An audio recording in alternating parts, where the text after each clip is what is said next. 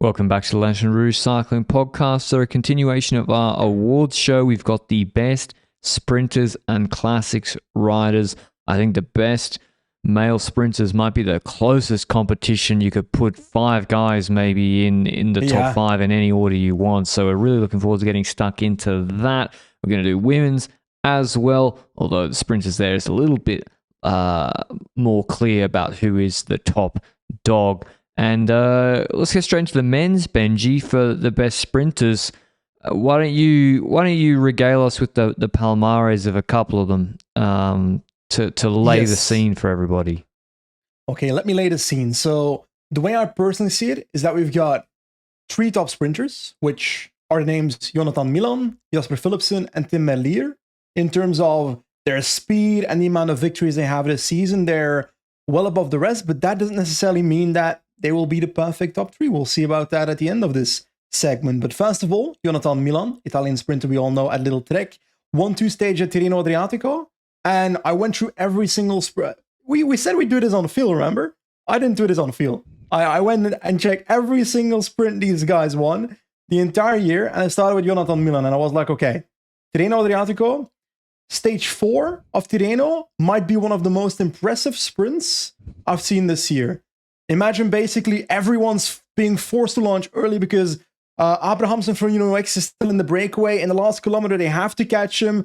And Milan just storms through the middle from the peloton and just destroys everybody on pure power. And honestly, that was super impressive to see. Stage 7 in that race also beats Philipsen quite easily. So that's quite powerful there. Next to that, won 3 stages at the Giro d'Italia and the Ciclamino jersey. He kind of shared the victories there together with Tim Merlier. And in the Renui Tour, we saw him versus Jasper Philipsen. Merlier was also there, but his positioning was so horrible he might as well not have been there. So Milan ended up beating Philipsen twice at the Renui Tour. So those are the most important victories I vividly remember from Jonathan Milan. So that's part one. We've got Jasper Philipsen next to that. The one at Tirreno Adriatico, which was that stage where Merlier launched early before a corner. Philipsen basically took his wheel and won from his wheel. So benefiting from Merlier opening early. Then we had a Belgium Tour, which I'm sorry, but this ain't no Belgian ChatGPT stage race this year. If there's Merlier and Philipsen fighting it out against each other in these sprints and one wins that day, one wins the other day, it's a valuable race to comment on for this specific race. But the only stage Philipsen won at that race was the one where Merlier wasn't in the sprint. I don't actually know why he wasn't there, but he ended up beating Cor Vos, while the other 2 sprints were won by Merlier quite handily over Philipsen. So I'm starting to have a feeling that Philipsen's getting beaten a lot in all these results I'm going through. And obviously, Philipsen does win 3 sprint stages at the Tour de France after Biniam took a few earlier. And well, 2 of those were with a fantastic lead out of Mathieu van der Poel. One of them was do you remember the stage from the Tour de France where Visma Leasebike was helping control a sprint stage for Wout van Aert and Philipsen was still there and just destroyed him?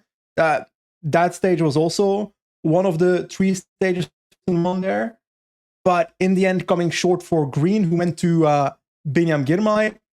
Eventually, Jasper Philipsen also beats Milan once at the Renui Tour, but Milan was basically gassed before that sprint to begin with.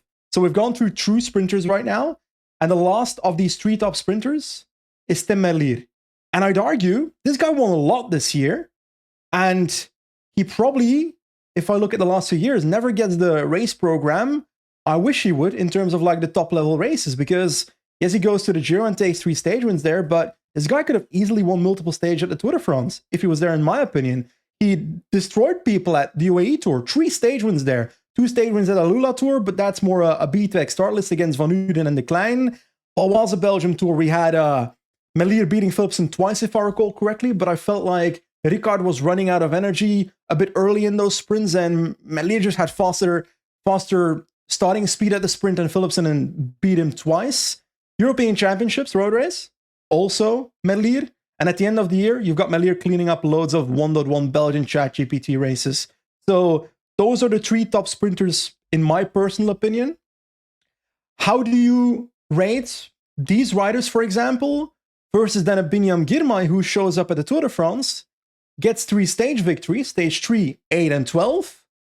Green jersey, but throughout the rest of the year, kind of doesn't really win much. Maybe Circuit Franco Belge, if I remember correctly. Yeah, but that's really like a puncher's finish. I mean, he won Surf Coast Classic, but you're right. There's not the. Sorry, no, we're not mentioning that. That's the only other flat sprint he won. Chat GPT race. Yeah, and listen, uphill sprinting is part of this too. It's not like we just count the big UAE Tour sprints. We're also you got to factor in how well they get over hills beforehand, how well they climb. Like Caden Groves, for example, we would add him in the list in previous years, even if he won weak Giro of Vuelta sprints. If he was able to get over really hard climbs, that matters too. But Bini, in terms of the bunch sprints, he was inconsistent, but obviously had that big run in the Tour de France, and won the green jersey. So that counts for a lot, of course. In terms of actually level, no, like Bini's not even the fourth best sprinter. Like Koi is a better sprinter than Bini in bunch sprints. But Koi would trade his whole 2024 Palmares for Bini's 2024 Palmares, I would think. So it's how do you weight the Tour de France stages, and then also how do you weight lead-outs? Like, there's just no way to me that Philipsen's better than Merlier. There's just no way. Like, when I look at the lead-outs of Philipsen in the Tour de France from Ricard and Van der Poel, and then you look at the race program Merlier's given, and he just has Bert with him, basically, who does a fantastic job. But that's why sometimes you're like, oh, where's Merlier in this sprint? It's like, well, he didn't have three guys to bring him up. So they get boxed. I want to pause and talk about that specific distinction for a second there. You say, there's no way Philipsen is a better rider than Merlier here. We're talking just about sprinting here. Let's make that clear, because if we take a look at Palmares for the entire season, I will handily say that Philipsen has the best Palmares of the two for the season, winning Milano-San Remo, getting second at Paris-Roubaix, but that's not relevant to best sprinter awards. So we're talking just about the sprints, right? Or do we count Milano-San Remo, which was San Remo is a tricky one. In the past, he did win it in a sprint. Does that count as a versatility bonus for Philipsen? Kind of, yeah, it does. And he won a monument that way. But I guess I still think Merlier is a better sprinter than Philipsen. Philipsen got destroyed in so many situations this year by Milan and Merlier. Like, I remember Milan in Renewy Tour Stage 1, I think, basically led Philipsen out the whole way, and Philipsen couldn't come around him on Stage 1. I do want to mention Olaf Koy for a second as well before we continue. Obviously, Cavendish as well won one stage at the Tour de France, and didn't he win like one random other race in Hungary or something, if I recall correctly? But Olaf Koy started the season with Almeria, won against Moschetti. Sorry, don't care too much for this conversation. Won a stage at UAE Tour, millimeter sprint against Merlier, so that was kind of the first sign of, okay, this guy can... We knew already from last year that he could compete with the top guys if things go right for him, but whether he has moved up towards that top step, I'm not sure yet. He does win 2 stages at Paris-Nice. That's against Pedersen, though. No Philipsen, no Merlier, no Milan in that race. At the Giro, he does beat Jonathan Milan. That was on the stage where Stage I 9 think Narvaez attacked. Yeah. On Little Hill before the finish line. Lead out for Milano. Yeah, true. Very true.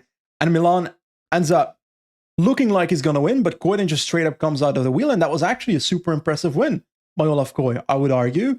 Then I continue throughout the season. I see Tour de Pologne. Okay, cool story, bro. But Beemenside Classics also beats Milan, where in that it was more positioning. The Giro one, Koy beats Milan straight up, in my opinion. But in Beemenside Classic, Milan gets boxed in, Koy isn't, and wins on positioning, which, hey, positioning is part of being a sprinter, but Milan is definitely a better sprinter than Koy. And in my opinion, Philipsen and Merlier are also better sprinters than Olaf Koy. So for me, there's like a clear distinction between Jonathan Milan, Philipsen, Merlier, then Koy, and then the rest of the sprinters that can take a win here or there, you know? Yeah, he's got 7 World Tour wins this year, which is, I guess, the same as Philipsen. The difference is, and that's the big knock on him, and as well on Milan and Merlier, that they don't go to the Tour de France. So Philipsen got to go to the Tour de France. Koy, Giro, could he have won a Tour stage or 1 or 2? I don't know. maybe not, but he With didn't the go at. starting field, considering Biniam won a few stages, I think Koy could have won a stage at the Tour de France based on that start list. But that also counts for Merlier and Milan then. Exactly. So I would say, and then when I'm trying to rate the lead outs for these various riders, I would say Biniam had a really good lead out in the Tour. I would say that Merlier has a make-do lead out with Bert. Milan has a pretty good lead out in the Giro in particular, and in Deutschland, and Renewy not so much, but he generally has a good lead out with Gibbons and Consoni. Not the best. It's actually a little bit overrated sometimes. I'm not sure they do it perfectly every time. And then Philipsen, good. Koy kind of didn't have a lead out most of the time. True. Except in Paris from Van Dijk. Feeney once? Feeney, remember when. But the Paris or the Giro. So that the lead out's hard to. So now I'm thinking, I don't want to make the mistake of saying who would I want in the future. So best in 2024, I'm going to go with best sprinter. Tim Merlier, number 1. Okay.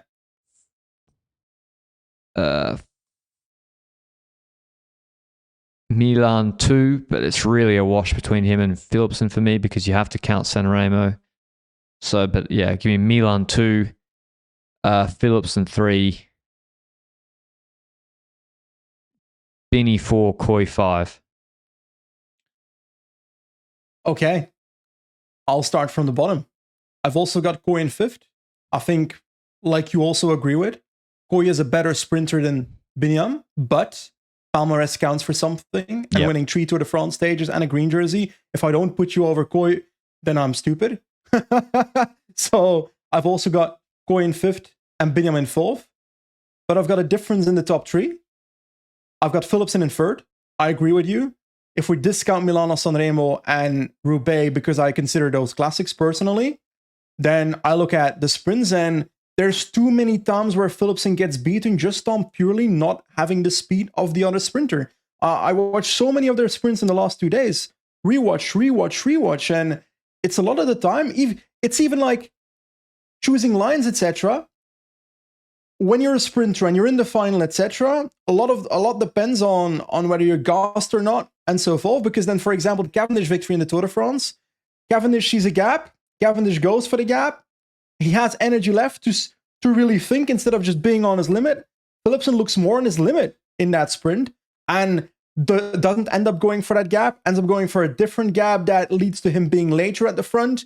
And in the end, Cavendish beats Philipsen. So it's kind of like, it's like he had like a percentage too less to win a few more races this year. That's how I felt this year. I felt like he just didn't have that snap where he was dancing away from people like last year. I fully agree with you on that. And that's also why I've got Philipsen sitting in 3rd position. But I've got a different winner. For me, it's Jonathan Milan as the best sprinter in the world. And I understand that you would select Merlier, but I just feel like Jonathan Milan's versatility over Merlier is why I put him first. I think when it comes to Palmares, they've got 3 stage wins at the Giro together. Yeah, Ciclamino is on Milan's side, but I care not that much about the jersey necessarily in this discussion. But then again, that's a point towards the versatility of Milan, that he can get intermediate sprint points when Merlier cannot do that in stages. So I guess it does count a little bit in my head. And then I look at the other sprints and Merlier has Milan 16 wins. Philipsen left and right. Yeah, but there's also 3 wins of that are on the Belgian ChatGPT circuit. And yes, that has a high level, but what do you mean, it's though? beating Philipsen and so forth. If Milan is also at those races, I'm not sure he has 16 victories.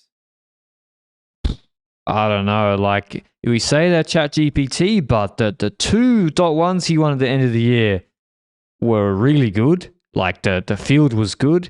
European champs, Johnny Milan was there, had the whole of Italy riding for him the whole day, and just completely bottled it. And then I have a hard time with the European Championships as like a rate. But I will give you something though. First of all, like national teams For me, that impacts the lead out, etc., etc. Merlier didn't have a lead out. They were trying to make him do the lead out. He had a lead out. They had 2 lead outs. There were 2 lead outs on the road. Merlier fucking sat everyone down in that race. Milan embarrassed himself. I agree that Merlier dominated that race, but sorry, but you're saying the 1.1 race have a great field. I'm also looking Arvid Decline in these races and so forth as being a competition there. Is in the flat races. Sorry, but Arvid Decline is not near those 3 top sprinters. Yeah, but 1, 2... but that's Alula Tour counts too, eh? Van Uden. Sheldon Price, Knocker, of course. These are decent races. For me, there's too many like that on Merlier's palmarès that I think Milan, if he goes to the race, he also wins. But also, I will give you the asterisk that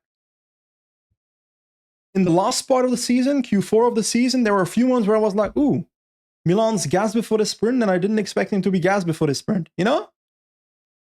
Now, but then again, there's a lot of those sprints that Merlier's not even there anymore. Yeah, that's the thing. Milan can get over a 2K hill really, really, really well. Like, he's really fit because he's also the world record holder for the individual pursuit. So he's not like, I don't think Merlier could do that on the track. It's also, for the same reason, I don't count the Deutschland Tour victories of Milan in my head. Sorry, but that's farming. You know? You don't get any credit for this award show for that in my head. Yeah, but I think Merlier has more high-quality wins. He has the same number of Giro wins, and then Knocker, of course, and Sheldon Price is a quality sprint win, 3 UAE sprints. I think he's... And then European champs, Baloise's good field. For me, the UAE Tour, yes, it's the top-level sprint for sprinters, you'd say, but also, it's only Merlier of the 3 top sprinters there.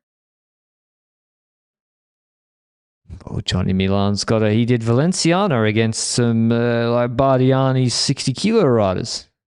I also didn't look at Valenciana for this. I'm looking at Tirreno, I'm looking at the Giro. To be clear, I would, if you have to give me a choice to take one of the 2 riders for next year, I would rather have Jonathan Milan, of course. Yeah. Also, that's an age thing. He's like 24. And I also think Trek didn't get the most out of Milan this year, which is funny because like it's also if we did a best signings of the season, we would say Johnny Milan. It'd be like what, Jorgensen, Milan, but he's up there. Who is the most surprising great signing of the season? Because that's a different story, yeah. Because Milan you'd expect to be here in that discussion. Jorgensen as well. I have a harder time figuring out the surprise. Still, like he was leading out Rajovic, and then now he's like 1A, 1B, best sprinter in the world. They released Rajovic, by the way. They didn't extend him. Really? Yeah, they just announced it. So it's a tight one. I can see Milan as well. So when he does win, it's so impressive. And so yeah, there are rankings for the top five sprinters. Who do you think it will be next year? I think it's going to be Jonathan Milan next year. I think especially so too. If they send him to the Tour de France. Yeah. But then also, will Quickstep start sending Merlier to the Tour de France? It's less likely in my head than Little Trek sending Milan, even though Merlier should be sent to the Tour de France. Yeah, and so I think probably Milan 1. I don't see Merlier slowing down. He just turned 32, but he just won the most races of his career this year. He looks pretty good. So I think he's got a good few years in him. I think it's going to be I think it's going to be Coy, Philipsen, and Milan Merlier. And the advantage for Milan is we're pretty sure he'll go to the Tour de France. Philipsen will go to the Tour de France. Merlier and Coy, I don't know. So for me, there is no big 4 in sprints yet. For me, Coy is not on that level. Really? I need more. I need more when it comes to Coy. And when you look at his Pyrenees wins, sorry, that's against Mes Pedersen, who I also don't consider for me, that's like is a Binyam level sprinter. I think at the Tour de France, yes. At that level, I see Pedersen at. And then I look at the rest of Coy's season, and yes, that Giro win was there, but I need more consistent, close results of him versus top sprinters like that for me to put him at that same level. Yeah, I think he's 22, so he's also got the capacity to improve. It's 23 rather, so yeah, could be can next improve. year. Could be next year. For me, he's fourth, and there's a gap above him for me. Yeah. Merlier and Milan are quicker. And not fourth in today's, but like in my view of going the forward. fastest sprinters. Going forward, is there anyone else we're missing? Is there some like I'm trying to think of someone else that could break into the top 5, maybe, who's the Casper Van Uden, Groenewegen, Jakobsen, Cavendish is retiring. Could Binny cement himself there? Jordi Meus. Brennan. Nah, he's like I don't think so either. He's like small and coy. What type of rider is he then? Don't, you're trying to bait me into saying he'll be like the greatest rider in the world again, like I do with every Visma youngster. So yes. Tadej Pogacar with a better sprint. Nah, just kidding. I don't know. Fucking sprinter. I don't have anyone in my head that I'm like, okay, this guy will enter the top 5 outside of the ones we've got. Like, obviously, for me, I'm expecting the top 3 to be Merlier, Philipsen, and Milan again next year. I'm expecting Koy to perhaps enter that, perhaps not. But he needs to step up for that for me. And then I have a gap to the other sprinters who are more the versatile sprinters or the second tier sprinters. Koy is then a 1.5 tier sprinter, I guess. Like so you don't see it from like Pavel Bittner, Lund Anderson, Caden Groves, Herman Tyson, Decline. Luke's probably, I can't believe Luke hasn't spammed in the chat. Decline fell off, Luke. What happened with you, man? What you happened just to tried him? saying that he was the second coming of Jesus Christ when you were using him against my Milan tag. Now, on a serious note, I think he's injured, no? Yeah, on a serious note, he was. From shoulder brace to Denmark, he had 5 months of no racing. I think the most likely person to break into he's 30 years old. What the fuck? Where's he been? He was in... Wait, was he in Riwal? No. Am I dumb? Yeah, he was on Rally in 21. I think the most likely rider to break into the top 5 is Arvid Decline. I think because he won a UAE sprint. No, 3 second. Yeah. That's not true. He was 4 times second in the Middle East to Merlier. No shame in that. 1 Paris stage. Then he's looking good. Then season, knee injury, gone. Comes back, wins wins some missed sprints, and then wins in Langkawi. It's not that. One of which he should have been. One of which his lead out should have been relegated, but continue. Yeah, but it just, if there's anybody who's like consistent, because like Groenewegen and Jakobsen, they're not performing like this. Yeah. So he would be the guy I would say. Is Tudor the right place for that? Yeah, Zylard is like a really good leader. Yeah. I think they got a really good leader. But I'm also wondering, at what point will they have gotten the most out of him? Because you said it, he's not 20. Yeah, but Merlier's like had this late resurgence. It's really recalibrating what we think of sprinters, isn't it? I think with Merlier, you've got the take where he was kind of a CXer, no? Yeah. So, I don't know. For me, I don't know where the potential ceiling is for Decline. And I agree, he could be the one that steps up to the core level, maybe. But I don't see him stepping up to the top 3 level. No, that's impossible. And I also don't see him coming to... Actually, I don't see him coming to the core level either. I just mean breaking into 5th. You know, like... I think it's going to be a versatile sprinter like Lee or something, or Pedersen, or Binyam again, or Groves, whatever. That kind of vibe I've got. Let us know your top 5 of the sprinters down below. I dare say, Benji, we could have those versatile guys in this ranking next year because we have the Tour de France route now with the first week heavily populated with punchers or uphill sprints. And so if Arnaud Delis or Biniam again or Pedersen rattle off some W's, they're in the top 5. But would that lead to a best puncher awards? What is a puncher? Yeah, exactly. No, come on. I think we had that discussion like 4 years ago. What is it? We did. We were fighting over it, I think. I don't know what it is. Because we were looking at 2 different types of punchers. We're looking at the accelerative punchers like Van der Poel versus the Poelsongs of the world in Dylan Turns. Yeah. Which one's a puncher? I can't remember.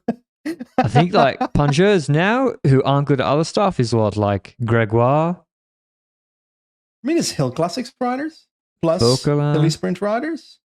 That combination. But Hirschi. like, for me, there's a difference. Okay, I've got my classification. For me, it's riders that are good at hill-related races, but it can't be just a 500-meter, 5% uphill sprint. That's a sprint for me.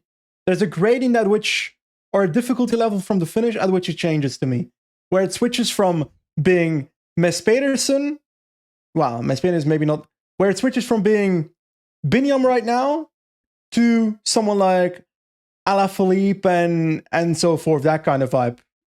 Maybe Alaphilippe's not the right example in 2024, but you know what I mean.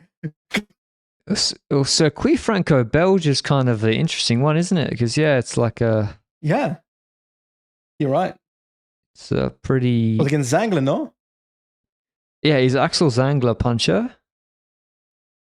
I would argue he's in between sprinter and puncher right now, yes. Yeah, I don't know. On PCM, he would be... Really? Probably Barrader because he's so good at everything. Not sure he's so good at in the mountains to date. Well, he's not climber, eh? Barrader, doesn't matter what terrain it is. Just breakaways. Okay. But yeah, that's always an interesting philosophical question. Or is Jeno Berkmo's? So it's a puncher, I would say. It's like a real classic or puncher. A classics rider. Yeah. I would decline certainly not. Okay, we could debate that till the cows come home. Onto the women's best sprinters. So we have obviously Lorena Wiebes. You have to start with discussing her. She's not just a sprinter. She's also kind of like Milan. She can get around parkour. She can win stage races even. She won 22 races this year, of which over 10 were at World Tour level. No Tour de France win though, which doesn't change anything in the ranking, but she didn't win one, which was kind of funny. I thought it was funny. Even won Gent-Wevelgem. So, yeah, like she is the best sprinter in the world. There's really no escaping it. I agree. And I feel like when it comes to the Charlotte Kool versus Lorena Wiebes discussion, we've often pointed at the fact that Lorena Wiebes is the best sprinter in the world, especially with that versatility. But let's focus on the flat sprints now. The difference between Wiebes and Kool is not gigantic. It's to the point where if something goes wrong for Wiebes, then Kool can benefit from that and win. I think the Tour de France Femme sprints are actually a perfect example for that. On one of them, Wiebes rode into someone and literally broke her own derail raft. So that will classify as Kool beat everybody but Wiebes that day. But on the other day, we've got an actual 1v1 and Wiebes launches early to the point that she launches a bit too early. And Kool can benefit from the wheel and wins that sprint. So that's an example of a slight benefit, situational benefit. Wiebes launching a bit too early, that leads to Kool winning. If Wiebes doesn't launch early, it's probably Wiebes winning that sprint. But that's how I see the difference level between them right now, which that's a pretty great place to be in. I wish it was like perfectly equal, then we'd have some crazy races planned for next season. But also it's just the versatility, like, yes, we can talk about UAE Tour sprints and so forth, where if I have to be honest, there were a few moments in this year where I was like, okay, where is Kool at? Because she didn't end up running the UAE Tour, if I recall correctly. She ended up starting her season a bit later in the year, and maybe that was related to an injury from last season, but I don't actually remember too well. But I do remember, for example, a sprinter that can go to the finish at the Amstel Gold Race. And yes, wait a second. We need to note that the Amstel Gold Race this year was reduced by taking a portion out of the race in the middle of the women's race for some weather reasons or something, or because of an accident on course, and that's what led to it becoming more of a sprint instead of a puncher race, where Rubens might have a chance. Was that not Dwars do? Luke is saying a police moto crashed in Amstel Gold Race, which led to, and I vividly remember that.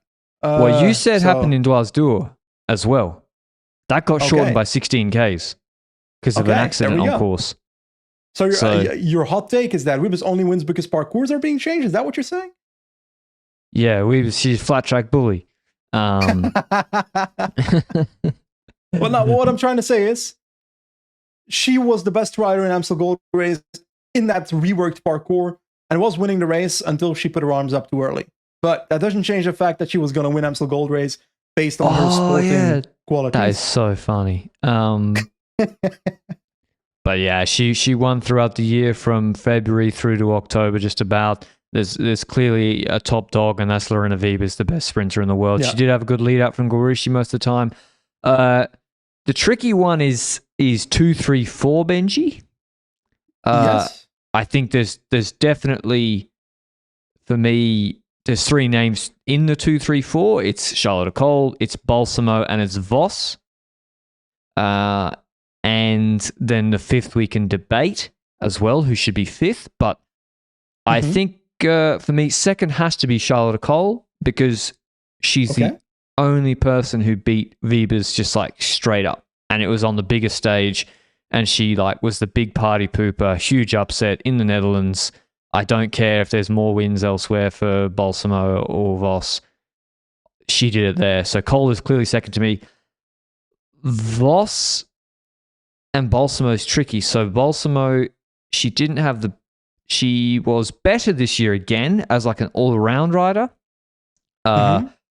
She was very, very consistent, and after last year, maybe a disappointing season, but she didn't win a lot. She won 5 races, but and two, only one race from April to the end of the season. She won 1 race, but so she won 2 in Valenciana, 2 sprints against Vos, so she dusted Vos there, and then Binder.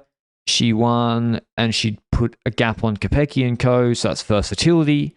Brugge de Panne, she destroyed Cole. Well, not destroyed, she just won it, classic. And then Romandie, she again beat Kopecky in like an uphill sort of sprint.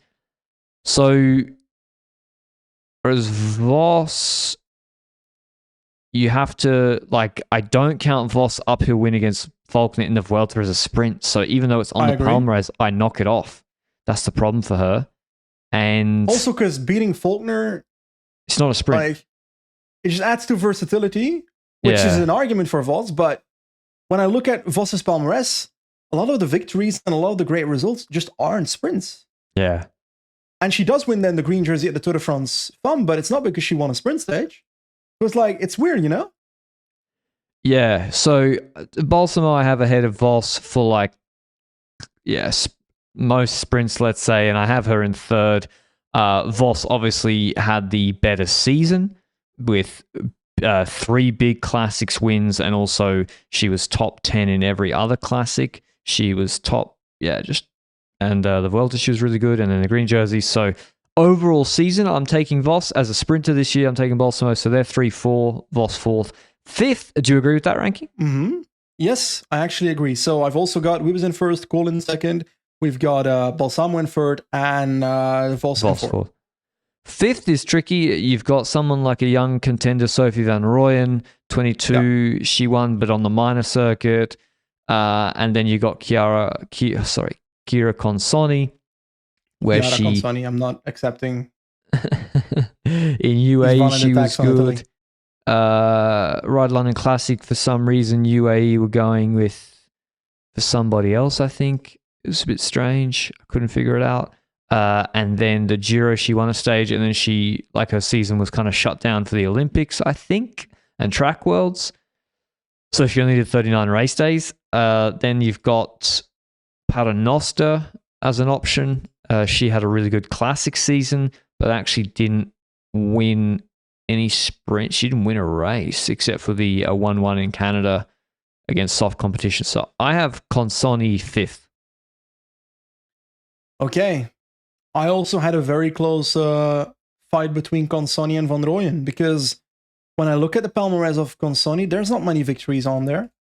And that made me doubt myself a little bit. And the victories she does have are 2 Belgian ChatGPT races and an Italian ChatGPT race, plus that Giro stage. That Giro stage matters. The other 3, I'm kind of like, okay, if these other sprinters show up for that race, they probably win that race. And look at Van Rooyen's palmarès this year, and obviously she's 22. This is one of the future top sprinters in my personal opinion. She's going to UAE Team ADQ next season, so I generally can't wait to see how that runs. But she's got more victories than Consonni, but they're all 1.1 and 1.2 races, which, sorry, but that's not the level of Giro. So Consonni wins it on that Giro stage for me. Yeah, I agree. Honorable mention also to Daria Pikalik, the Polish sprinter on Human Powered Health. Very, very consistent throughout the year, but also missing the big wins. So sprint is pretty tight and I think quite changeable. So if we look to next year, I would still, you got to have Wiebes 1. Mm-hmm. Van Rooyen honestly could go up to 2. It's possible. Yeah. It's really possible she goes up to 2. I think she'll certainly be in the top 5. Yeah, I think so too. That's also the one rider I have stepping up into the top 5 next season. Maybe there's even other riders that will show up, but because it's very, like, if you need one Giro stage to pop up in the top 5, yeah, then it's very changeable when it comes to Consonni, for example. And wait a second. Consonni was leaving the team, right? Yeah, she going to Canyon Stram, I think. Canyon Stram? Yeah. Yeah. Who does she have there as potential lead out situation? Quite a few top riders in that team, but not entirely built with sprinters, if my memory serves me right. Going through that list right now, and like Michael van der Duin and so forth. I reckon that's a combination that could work out. But also she probably has a little bit of own desires as well when it comes to future results. Anyway, that all being said, I agree that it's going to be moving. I'm happy that Balsam was back on the podium because I swear she was out last year because of her many injuries last season, if I recall correctly, maybe. And Vos is very dependent on whether she keeps being competitive in sprints, as simple as that. Because this year, she's in that top 4, partially because she wins the green jersey, etc.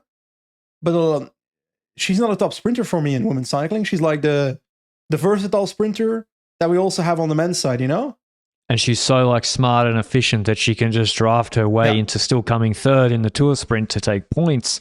But to win is very difficult against Cole and Wiebes.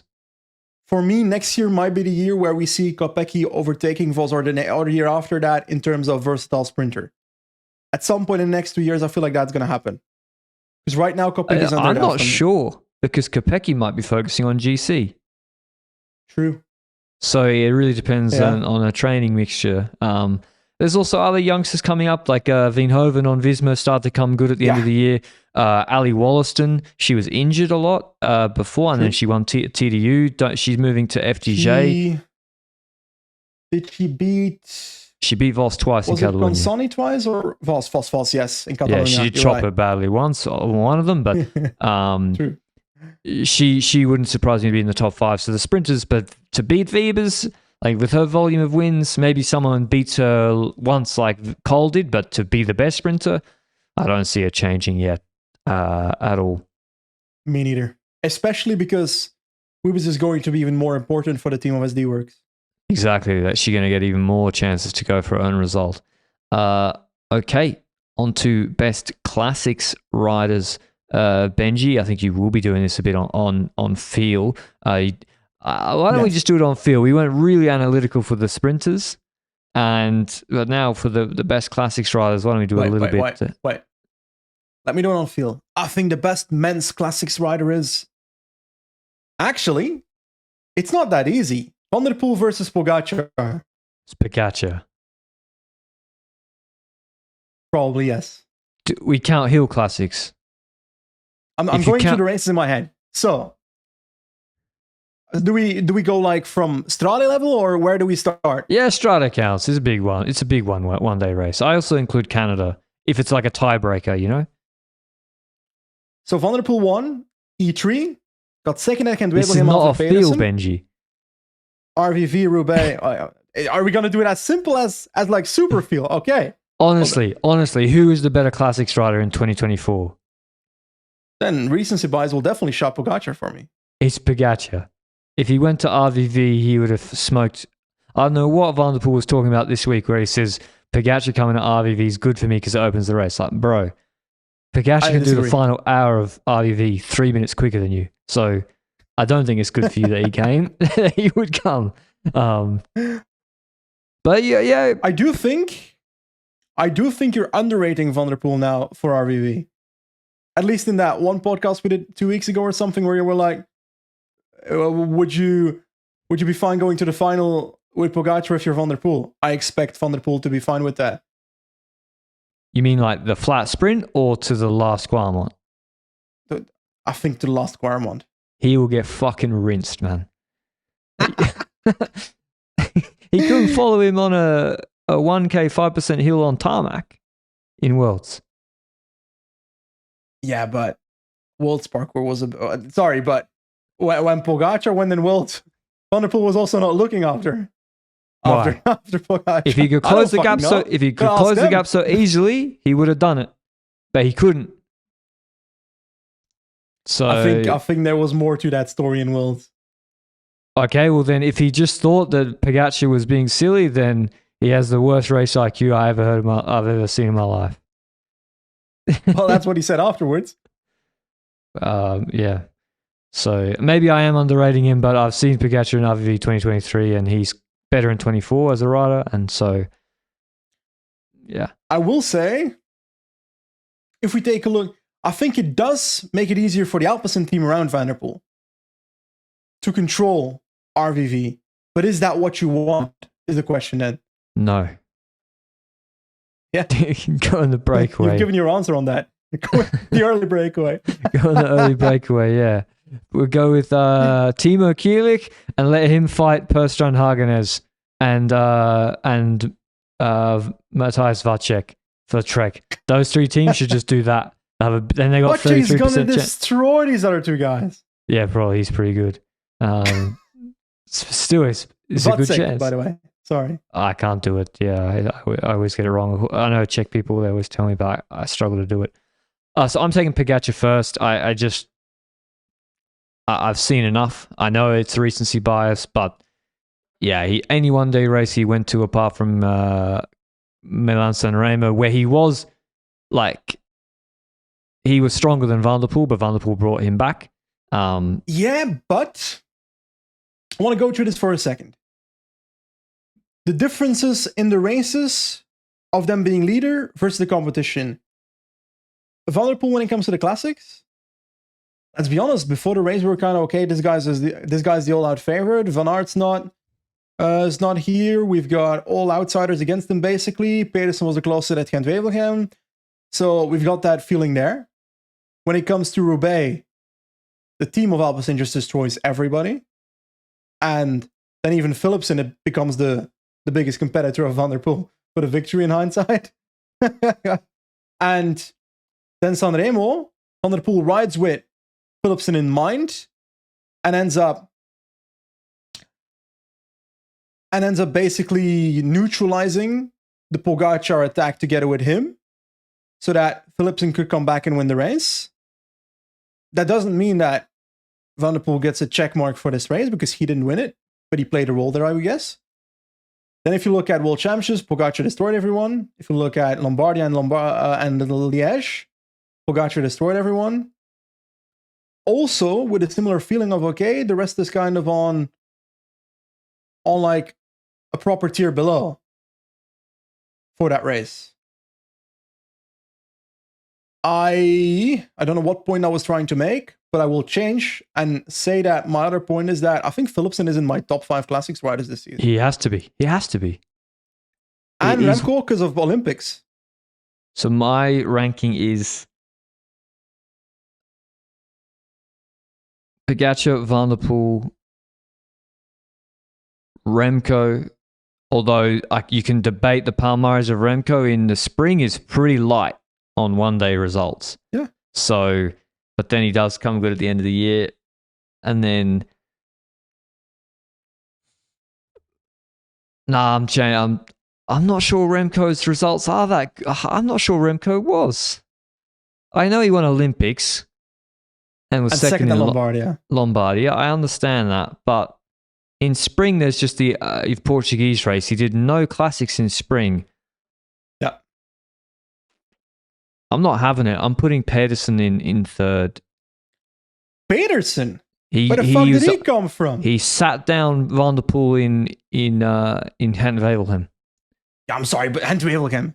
At what level do you put that race? Well, Remco needs Wout van Aert to basically mark to be the policeman for him to win. Pedersen's not even in my top 4. Yeah, it's not. It's probably Philipsen then. But Pedersen, Philipsen, and Remco can be 3, 4, 5. I don't really care what order. Give me Tom Skuins over Remco. What the fuck? Tom Skuins, if he wasn't a perma-domestique and they actually gave him the respect he deserves at Trek, he would have won so many more races. I respect Skuins' season. I think he's a fucking good rider, but I think that was a hot take. I will say that my top 5, we've got Pogacar in first, Van der Poel in second. We've got it has to be Philipsen third. He won the other monument. Yeah, but where do you rate an Olympics road race versus a monument? Because Philipsen also needed Van der Poel to but his second Roubaix. Yeah, is that the same as second in Lombardia? No, Paris-Roubaix second is worth more for me. And he won all those other classics. I think I've got Philipsen third, Remco fourth, and when it comes to fifth, Pedersen's definitely in the picture. I'm trying to think through any if other Jorgensen had of. a better post-tour, if he'd scrambled a third in Lombardia and a fourth in Montreal or something, then he might be fifth, but he didn't. And also he collapsed in RVV like Pedersen. Luca Mozzato's fifth. Relative to salary, he's fifth. I'm sorry. Getting second at RVV. So the big omission's Van Aert, but just on Palm. I mean, he wasn't there in spring. He was crashed out, so that's how it is. Yeah. There's no changing what happened. Top 5 for next year, Benji. Ooh, Van Aert's probably back in. I would hope so. Because Poggy, I think Poggy's won again because he's going to do more Belgian. I think he's going to do E3 RVV. Yes. And Sanremo. Will he do LBL? Probably. Yeah. Will he do Tour? Yes, irrelevant. Will he do Lombardia and Worlds? Yes, because he's going to try and win in Rwanda, and he's going to try and get another record in Lombardia, even though if he does a Vuelta, he's probably still going to try do that. So I think he's going to be first. I think Van der Poel might be bitten a little by the fact that Pogacar shows up to RVV. But does that give the opportunity for someone else? I think Remco drops out of the top 5. No, I'm not sure about dropping out of top 5, but he's going to be fifth next year instead of top 4. Oh, I think Remco could almost go the other direction. And if he does some more one-day races. Is he going to benefit from the fact that Pogacar does Tour Vuelta before Lombardia and World or something? That's what I mean, yeah. If Poggy does Vuelta, he can't do Canada. So then Remco could go and win one of them. What about someone else breaking into the top 5? Let's say Van Aert returns into the top 5. So Deli, Vacek, Thibaut Nys. I Jorgensen. don't think Deli can enter the top 5 at Lotto Destiny. He just he'll always be isolated in a group of 10. We didn't mention Maxim Van Gils. I think that was remiss not to mention him. I think he deserves to be mentioned, but also, but he's definitely above Tom Skuins. Get the fuck out of here. Is he though? Yes, he is. I don't know. I watched that brother look at Pogacar attacking in the Worlds, and he couldn't do anything. I rebuke you. I don't even know what that word means, but I'm doing it. Nah, Scoins is better. My Belgian heart is melting. But he won 2 classics. Eschborn is the World Tour level classic. He was 4th in Montreal. Van Gils, he could be, if he steps up again, you know, well, he have 3,000 UCI, 2,500 UCI points. Tudor Hirschi. Stepping up is hard, though. Yeah. I don't see Hirschi stepping up. Alaphilippe. I don't see Alaphilippe recovering. Recovering as if he's like dangerously injured. So you don't see, okay. I think Trek have the best chance to put someone in there because their team is so strong that they'll always be well moves represented. up in mine. Yeah. This is my 7th year in a row saying Pedersen wins Roubaix. Roubaix, I think, could be very interesting if you get, although, to be honest, Van der Poel destroyed Pedersen there this year, but... yeah, that's true. Visma against Alpecin should be a good show there. I would think. Okay, that was the men's classics. I think it's. I don't know. I still think the order of 1 and 2 is pretty obvious and hard to disagree with. The women's classics is as well. I think difficult to disagree with. Lotte Kopecky once again was the best classics rider, at least in my opinion. This year she didn't always win. But she also did win a lot. She won Strade Bianca, Paris-Roubaix, World Championships. So yes, she might have lost Omloop. She might have lost Tour of Flanders, might have lost Olympics. You can't win them all, but she did win a lot of major classics. And conversely, the riders that did win those races. So Faulkner won the Olympics, but there's no other big classic win in 24. Vos won Amstel Dwars during Nieuwsblad. Lisa Lamborghini won RVV. She won RVV, but there's not that. She's not stacking 3 absolute top stages, World Tour classics or level classics on the Palmares. So Kopecky has to be one. She just has to be one back-to-back World Championships, even though she wasn't as, say, flawless as Pogacar. But I find 2nd, 3rd, and 4th actually pretty hard. We don't count gravel world championships, in my personal opinion. No, that's not, what the fuck? No. Not part of the sport. No. The way you ridiculed it is so funny. But anyway, for Vos, it's hard to count Amstel Gold Race for me because she wouldn't have won if. No, we're not doing would have. She won it because she didn't have. No, I'm not. CTE. So for me, that counts. For me, that matters. For me, that. Sorry, but if someone puts their hand in the air too early and that's why you win, for me, that's a no-go. For me, she's 2nd in Amstel Gold Race in my head when it comes to sports merit. That being said, Tours of Vlaanderen, Omloop, for me, she's under Lamborghini this year. RVV really? Are higher. Yeah. RVV is a monument. RVV is a monument? Well, is it a monument? Sorry. I've had this discussion on Twitter the other day. I think that's a very complex statement to make, and I think I disagree with myself.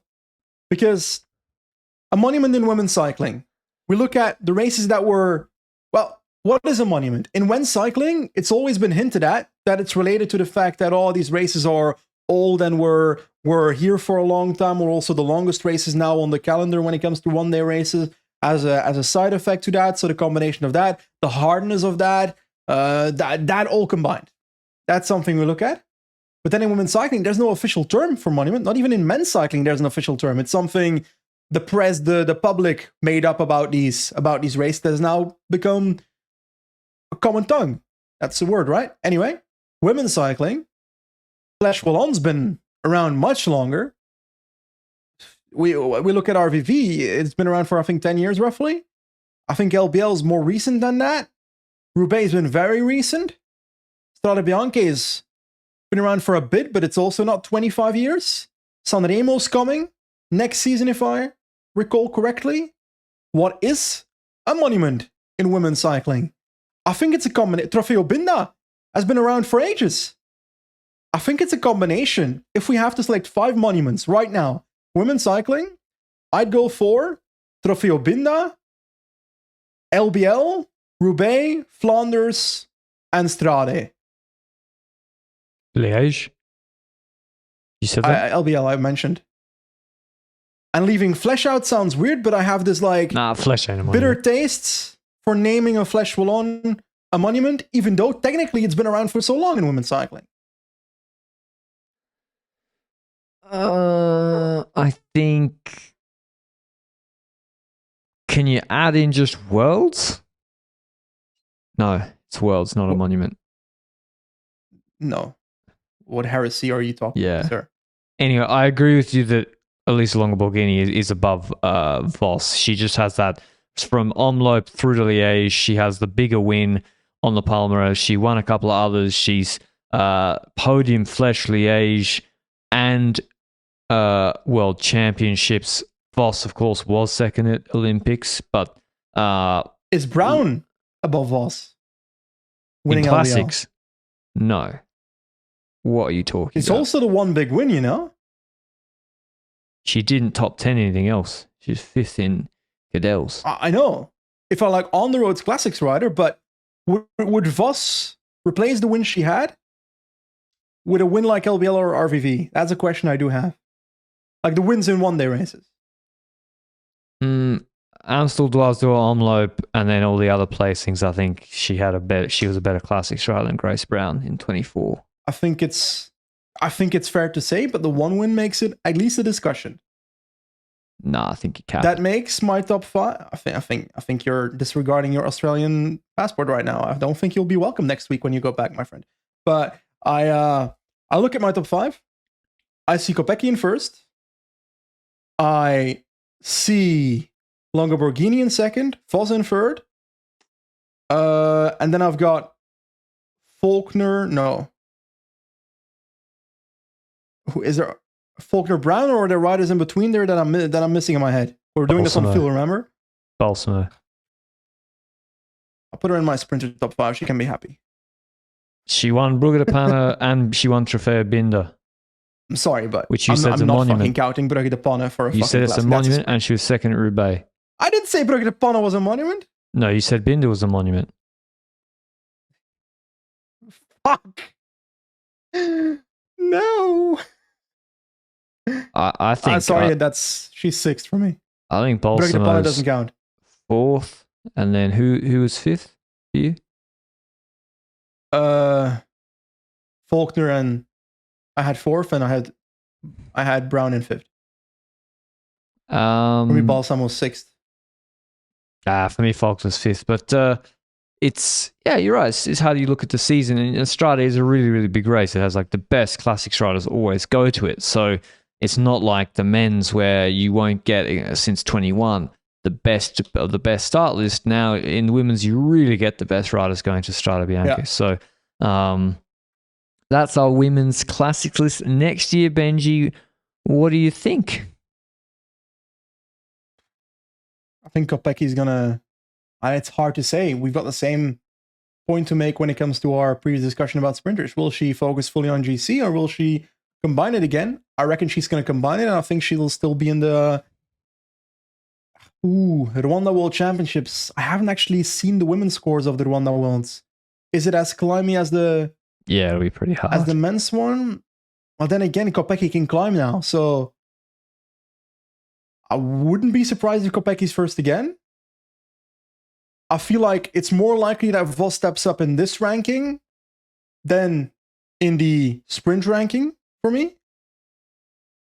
I am also... You're missing somebody. I know. Come on. Vollring's gonna be... No. Biggest star in the sport. No, I'm going with Vollring first. I'm Cat Ferguson. Wait. Vollring is definitely going to be in the top 3 here because the Hill Classic she'll be back. I'm not sure. I'm going to go... Demi Vollring will win this ranking here. He's going to do the Ardennes triple.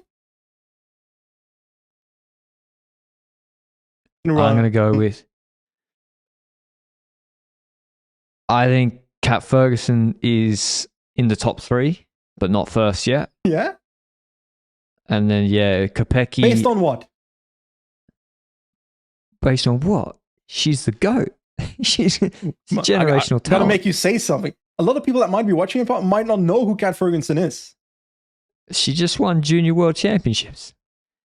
Although she had to wheel suck Schladnova because Schladnova was cooking uphill just quietly. But she already won. She won 2 pro races when she started as a trainee this year. She won Banche, semi-Banche. Because Cor had a mechanical in the last kilometer. I'm not taking away much from Kat Ferguson. She kicked her chain off like Jakobsen. It's a Dutch trick.